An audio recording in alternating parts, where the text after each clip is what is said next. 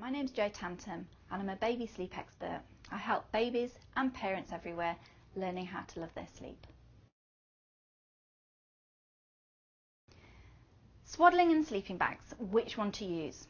Well, most babies prefer to have swaddles when they are sleeping. And the reason for this is all babies are born with a starter reflex. And if you see your baby, when there's a noise or something that they're not sure about, they'll fling their arms back, and you'll see they'll fling their arms and their head back, and it's quite awful to watch, but there's nothing wrong with your baby. It's just a normal, natural reflex they're born with. When babies are born with this starter reflex, at about 3 months old, for girls, that starter reflex starts going. And it's a little bit longer for boys because boys are more physical, so they'll have their starter reflex going about 4 months old.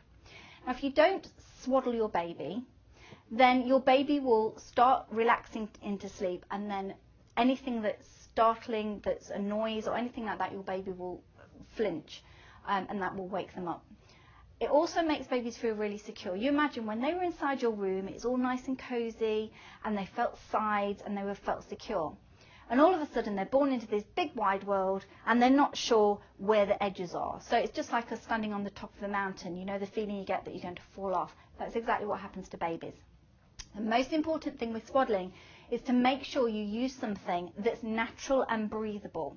You don't want to have a blanket and you don't want any fleecy things. So it has to be very natural, very breathable. Merino wool is very good because merino wool has breathable properties and temperature regulating properties as well. Always make sure that you swaddle your baby just here by the neck. So obviously you don't want the swaddle rising up here. And do it nice and firmly, not tightly. Do it nice and firmly. You don't have to swaddle your baby's legs. You can just swaddle your baby's arms just to make sure that they're all nice and cozy. And you can do this for daytime and nighttime. Once your baby gets to a later stage, so 3 or 4 months old, you can then start putting them into sleeping bags. And the best thing to do is, it's obviously, once your baby's in swaddle and then going to sleeping bags, there's obviously a little time where they're still going to slightly move around. They're not quite sure what to do with their hand and they'll start bashing themselves in the face. So I always suggest to do half swaddling. So you just swaddle one arm in the sleeping bag and have one arm out in the sleeping bag, the arm that they prefer to being next to them.